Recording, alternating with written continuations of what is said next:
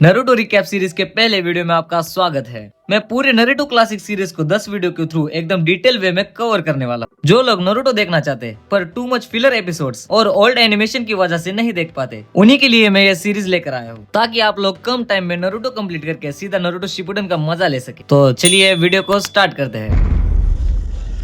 ये एनिमे शुरू होता है एक लड़ाई के साथ, जिसके अंदर एक बड़ा सा क्रीचर जिसे सब नाइनटेल फॉक्स कहते हैं, वो एक गांव को तबाह कर रहा होता है और इस गांव का नाम होता है हिडन लीफ विलेज। नाइनटेल के हमले की वजह से कई सारे लोग घायल होते हैं और तभी वहाँ पर एंट्री होती है एक निंजा की, जिसे टाइटल मिला है द लॉर्ड होकागे करके।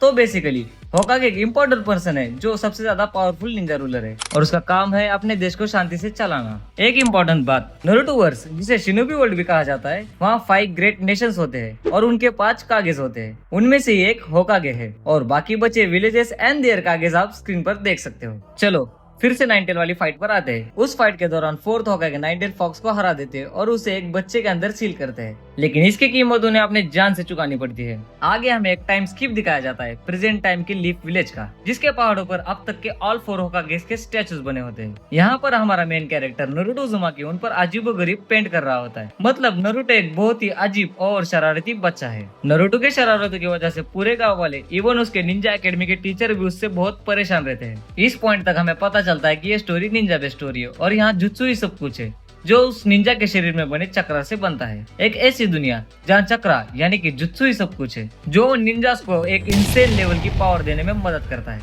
इसी जुत्सु के बेसिस पे नारुतो के स्कूल में एक ग्रेजुएशन एग्जाम होती है, जहाँ कई सारे बच्चे निंजा बनने के लिए आए होते हैं। इस स्कूल एग्जाम से पास होने के लिए सबको शैडो क्लोन बनाना पड़ता है अपने शैडो क्लोन जुत्सु से, और सब बना भी देते हैं और ग्रेजुएट होकर शिनोबी बनते हैं, सिवाय नारुतो के। वो ठीक से जुत्सु नहीं कर पाता, उसे तो बस ये वाला जुत्सु आता है जिसे वो क्यूट जुत्सु कहता है। इसी क्यूट जुत्सु की वजह से उस पर पूरी क्लास हंसने लगती है और उसके टीचर उस पर चिल्लाने लगते हैं, साथ ही उसे फेल भी करते हैं। इस पॉइंट तक हमें पता चलता है कि ना कोई उसका दोस्त होता है और ना उसकी कोई फैमिली होती है। ना जाने क्यों उसे सब दूरी बनाए रखते हैं, सिर्फ एक इंसान ही उसकी केयर करता है और वो और कोई नहीं बल्कि एग्जाम लेने वाले टीचर इरुका सेंसे होते हैं। भले ही नारुतो उन्हें कितना भी परेशान करे, फिर भी वो उसकी केयर करते हैं जैसे वो उनका अपना बेटा हो।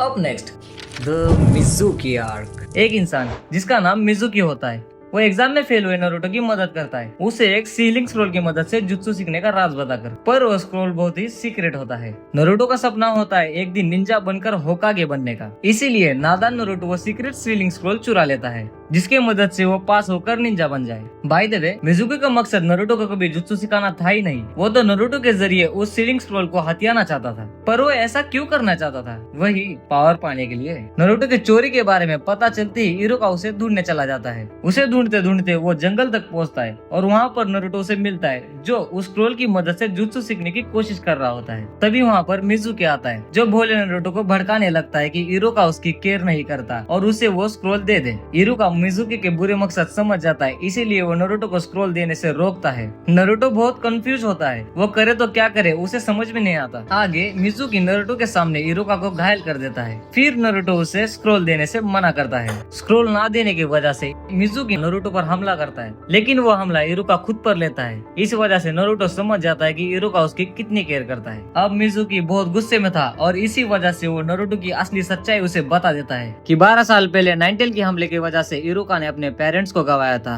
और नाइनटेल फॉक्स को नारुतो के अंदर ही सील किया गया था और इसी वजह से वो नारुतो को दोषी मानता है।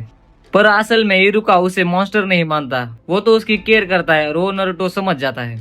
नाइनटेल फॉक्स नारुतो के अंदर होने की वजह से ही सब उसे मॉन्स्टर मानते हैं और इसीलिए उसे कोई अपने पास आने नहीं देता और दूरी बनाए रखता है। ये सब सुनकर नारुतो बहुत इमोशनल था और वो समझ जाता है कि उसका बहुत गलत इस्तेमाल किया गया था। साथ ही अपने सेंसे की खराब हालत को देखकर वो पहली बार शैडो क्लोन सक्सेसफुली बना देता है, वो भी एक नहीं कई सैकड़ों शैडो क्लोन बना देता है और उनके मदद से वो मिज़ुकी को हरा देता है और अपने सेंसे और स्क्रोल को बचा लेता है। उसी समय इरुका नारुतो को एक हेड बैंड देते हैं। इसका मतलब अब हमारा मेन कैरेक्टर ग्रेजुएट होकर निंजा बन गया है, क्योंकि उसने अपने सेंसे को शैडो क्लोन जुत्सु की मदद से ही तो बचाया था। ग्रेजुएशन एग्जाम से पास होने के बाद सभी गेनिन बच्चों को एक सेंसे के साथ 3-3 के ग्रुप में फॉर्म किया जाता है और नारुतो को टीम 7 में रखा जाता है। हाँ, क्योंकि इरुका को बचाने के बाद नारुतो फाइनली गेनिन बन गया है। आगे नारुतो के निंजा बनने के बाद उसके न्यू सेंसे बनते हैं द कॉपी निंजा काकाशी हताके और उसके ग्रुप में और 2 नए लोगों की एंट्री होती है। बेसिकली एक निंजा टीम में एक जोनिन सेंसे और 3 गेनिन स्टूडेंट होते हैं। तो इस ग्रुप का सेकंड निंजा स्टूडेंट सास्के उचिया होता है, जो दिखने में बहुत कूल है, जिसपे सारी लड़कियां मरती है और आप इसे सेकंड मेन कैरेक्टर भी कह सकते हो। जी हाँ, ये इतना स्पेशल है और ये अपने क्लास का टॉपर है और उचिया क्लैन का आखिरी बचा मेंबर। तो ऐसा क्यों है वो आपको आगे पता चलेगा। ओके, देन दूसरी है खूबसूरत सकुरा, जो कि बहुत ब्रेव और टैलेंटेड है, जो नारुतो की भी क्रश है और कईयों के भी। लेकिन ये सकुरा तो सास्के पर फिदा है। और क्या आपको पता है ये सकुरा नारुतो के बारे में क्या कहती है? उसके पेरेंट्स ही ना हो तो उसे सही गलत के बारे में कैसे पता चलेगा? वो खुद गर्ल्स और मतलबी है, बिल्कुल अकेला। आगे आए कुछ एपिसोड्स में मुझे इन 3 कैरेक्टर्स की ट्रायोलॉजी ने खूब हंसाया था। लेकिन काकाशी की टीम में शामिल होने के लिए इन तीनों स्टूडेंट को एक बेल टेस्ट पास करनी होती है, जो आज तक कोई भी स्टूडेंट पास नहीं कर पाया था। इस टेस्ट में 2 बेल्स को काकाशी के हाथों से छीनना होता है। जो भी स्टूडेंट बेल लेने में नाकामयाब होता है उसे फिर से निंजा एकेडमी में भेज दिया जाता है। टेस्ट के शुरू होते ही सब समझ जाते हैं कि आज तक क्यों इस टेस्ट को कोई पास नहीं कर पाया था। 3 स्टूडेंट और सिर्फ 2 बेल्स, तो एक स्टूडेंट का फेल होना तो पक्का था। सब अलग अलग होकर काकाशी पर हमला करने लगते पर बार बार फेल हो जाते हैं। सुकुरा और सास्के थोड़ी स्ट्रेटजी बनाने लगते हैं, लेकिन नारुतो सीधा काकाशी पर अटैक करता है और वहीं पर काकाशी नारुतो पर सबसे खतरनाक जुत्सु से वार करता है, द 1000 Years ऑफ डेथ। इसका स्वाद चखने के बाद नारुतो को भूख लगती है और वो टेस्ट के बीच से ही खाने चला जाता है। काकाशी उसे खाते हुए देखकर तुरंत एक खंबे से बांध देता है। फिर बाद में बाकी दोनों को खाने के लिए ब्रेक देता है, पर वो उन्हें वार्न भी करता है कि नारुतो को कोई भी खाना नहीं देगा, ये उसकी पनिशमेंट है। और हाँ, ये एक टेस्ट का रूल भी है। काकाशी की जाते ही सास्के नारुतो को खाना देता है। ये देखकर सकुरा बहुत चौंक जाती है। भले ही ये नारुतो की क्रश है, लेकिन इसे नारुतो की कोई चिंता नहीं होती। साली ट्रैश। लेकिन सास्के समझ जाता है कि इस एग्जाम को पास करने के लिए हमें टीम वर्क जरूरी है और इसके लिए नारुतो को भी एनर्जी चाहिए होगी, इसीलिए वो उसे खाना देता है। पहले सकुरा तो रूल तोड़ने से मना करती है, पर सास्के को देखकर वो भी नारुतो को खाना देने के लिए मान जाती है। तभी काकाशी वहां आता है और उन्हें रूल तोड़ते हुए देखकर वो बड़े गुस्से में होता है। तभी सकुरा सोचने लगती है, अब हम पक्का फेल होंगे, हमें रूल नहीं तोड़ना चाहिए था। बाद में काकाशी कहता है, तुम लोगों ने मेरे कहने के बावजूद भी रूल को तोड़ा और इसी वजह से तुम सब अब पास हो गए हो। हाँ, आपने सही सुना, वो सब पास हो गए हैं, क्योंकि काकाशी इन तीनों को टीम वर्क और फ्रेंडशिप की इम्पोर्टेंस सिखाना चाहता था। आखिर में वो बस अपनी जिंदगी से जुड़ी एक लाइन बोलता है, निंजा की दुनिया में जो लोग रूल्स तोड़ते हैं वो बुरे कहलाते हैं, पर जो अपने दोस्तों को धोखा देते हैं वो धोखेबाज कहलाते हैं। The land of waves. इन सभी ग्रुप ऑफ शिनोबिस को अपने अपने विलेजेस को प्रोटेक्ट करना पड़ता है और लॉर्ड होकागे की तरफ से दिए गए मिशंस को भी पूरा करना पड़ता है, जो रैंक डी से लेके एस तक के होते हैं। तो इस ग्रुप का पहला हाई रैंक मिशन था लैंड ऑफ वेस्ट से आए ब्रिज बिल्डर ताजुना को सही सलामत अपने गांव पहुंचाने का। फिर हमें सीन दिखाया जाता है गाटो नाम के एक आदमी का, जो ब्रिज बिल्डर को खत्म करके गांव पर कब्जा करना चाहता था, क्योंकि उसके बने ब्रिज से वो गांव को कभी नहीं हटा सकता था। गाटो ने ताजुना को खत्म करने का काम एक जालिम को सौंपा था। और यहाँ एंट्री होती है इस सीरीज के पहले विलन की, जिसका नाम जाबुजा होता है। जाबुजा अब तक कई सारे लोगों को खत्म कर चुका था और उसे 7 स्वॉर्ड्समैन ऑफ द मिस्ट भी कहा जाता है। फिर वो ताजुना पर हमला करने के लिए चला जाता है, पर उसके साथ टीम 7 होने से वो उन पर भी हमला करता है। जाबुजा से कुछ देर फाइट करने के बाद काकाशी एक वाटर प्रिजन के अंदर फंस जाता है। ये देखकर बाकी मेंबर्स घबरा जाते हैं। नारुतो तो अपने होकागे बनने के सपने पर भी डाउट करने लगता है, पर सास्के उचिया बिना डरे जाबुजा से लड़ता है। उसे देखकर नारुतो भी मोटिवेट होता है और सास्के का साथ देने के लिए चला जाता है। फिर वो दोनों एक स्ट्रेटजी बनाकर काकाशी को उस वाटर प्रिजन से छुड़ाते हैं। काकाशी बाहर निकलते अपने आंखों से हेडबैंड उतारता है और अपने शारिंगान के इस्तेमाल से जाबुजा की ही मूव्स उसी पे कॉपी करता है। और यहाँ पता चलता है कि क्यों काकाशी को कॉपी निंजा कहते हैं। और हमने ये भी नोटिस किया होता है कि शारिंगान आइस कितनी पावरफुल होती है। देन जाबुजा मर जाता है, पर उस पे आखिरी बार हाकू नाम का एक ट्रैकर निंजा करता है और काकाशी की परमिशन से उसकी बॉडी ले जाता है। नारुतो वर्स में कुछ डिफरेंट टाइप्स के आंखें होती है, जैसे शारिंगान, बैकुगान और रेनेगान।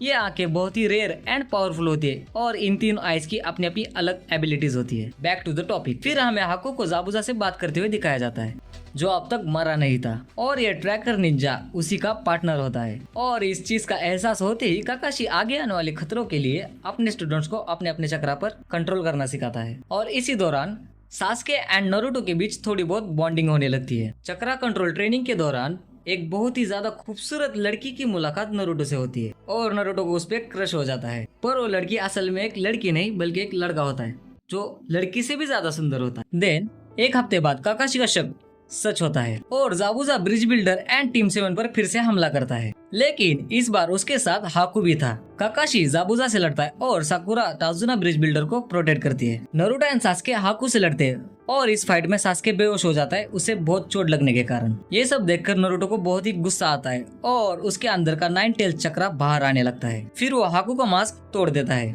जिससे उसे पता चलता है कि ये वही सुंदर लड़का है। लेकिन नारुतो उसे मारने की जगह एक सवाल पूछता है कि वो ये सब क्यों कर रहा है। तो हाकू कहता है कि वो ये सब जाबुजा के लिए कर रहा है और वो बस उसका एक हथियार है और वो उसके लिए कुछ भी कर सकता है। पर जाबुजा को उसकी कोई फिक्र नहीं होती, वो तो हमेशा हाकू को इस्तेमाल करता है। कुछ देर लड़ने के बाद फाइनली काकाशी जाबुजा को मारने ही वाला होता है, तभी हाकू बीच में आ जाता है और खुद की जान जाबुजा के लिए गवा देता है। ये देखकर नारुतो जाबुजा पर चिढ़ता है और उसे एहसास करवाता है कि हाकू के लिए वो कितना स्पेशल था और उसे लगातार खरी खोटी सुनाता रहता है, जिससे जाबुजा इमोशनल होकर नारुतो से कहता है कि तुम्हारे कहे हुए शब्द किसी तलवार से भी ज्यादा वार कर रहे थे। ये वही जाबुजा है जिसने गेनिन एग्जाम में अपने ही दोस्तों को मारा था और उसका इस दुनिया में हाकू के अलावा कोई और नहीं था। उसके जाने से वो डीमन अब डीमन नहीं रहा था, वो अब अपने इमोशंस दिखाने लगा था। तभी गाटो गांव पर हमला करता है और साथ ही मरे हुए हाकू की इंसल्ट करता है अपने पैरों से उसे लात मारकर, जो देखकर जाबुजा को बहुत गुस्सा आता है। फिर वो अपने दोनों हाथ गंवाने के बावजूद लड़ता रहता है। बाद में गाटो से लड़ने के लिए नारुतो एंड गांव वाले ब्रिज पर आते हैं और उन्हें हराते भी है, पर अब बहुत देर हो चुकी थी क्योंकि जमीन पर गिरा जाबुजा अब कुछ ही सांसों का मालिक था। तभी वो काकाशी से रिक्वेस्ट करता है कि वो अपना आखिरी वक्त हाकू के सामने गुजारना चाहता है और काकाशी जाबुजा को उठाकर हाकू के सामने लेटा देता है। और फाइनली इस तरह the 7 swordsman of the mist, the demon of the mist, Zabuza Momochi अपना दम तोड़ देता है। ये देखकर सभी गांव वाले और टीम 7 बहुत इमोशनल हो जाते हैं। लेकिन मिशन की शुरुआत में नारुतो से चिढ़ने वाला ब्रिज बिल्डर ताजुना नारुतो की बहादुरी देखकर इम्प्रेस हो जाता है और अपने बनाए नए ब्रिज का नाम द ग्रेट नारुतो ब्रिज रखता है। तो इसी के साथ नारुतो सीजन 1 रिकैप सीरीज का पार्ट 1 खत्म होता है। अगर आपको ये वीडियो अच्छी लगी हो तो इसका सेकंड पार्ट देखना ना भूले। और आखिर में हमारी तरफ से एक special tribute to my hero academia. आखिरकार 9 साल से चलता आया हुआ ये लेजेंडरी एनीमे आज ही के दिन खत्म हो गया है। हम फ्यूचर में इस पर जरूर वीडियो बनाएंगे। तब तक के लिए keep watching anime. Until next time, thanks for the watching anime.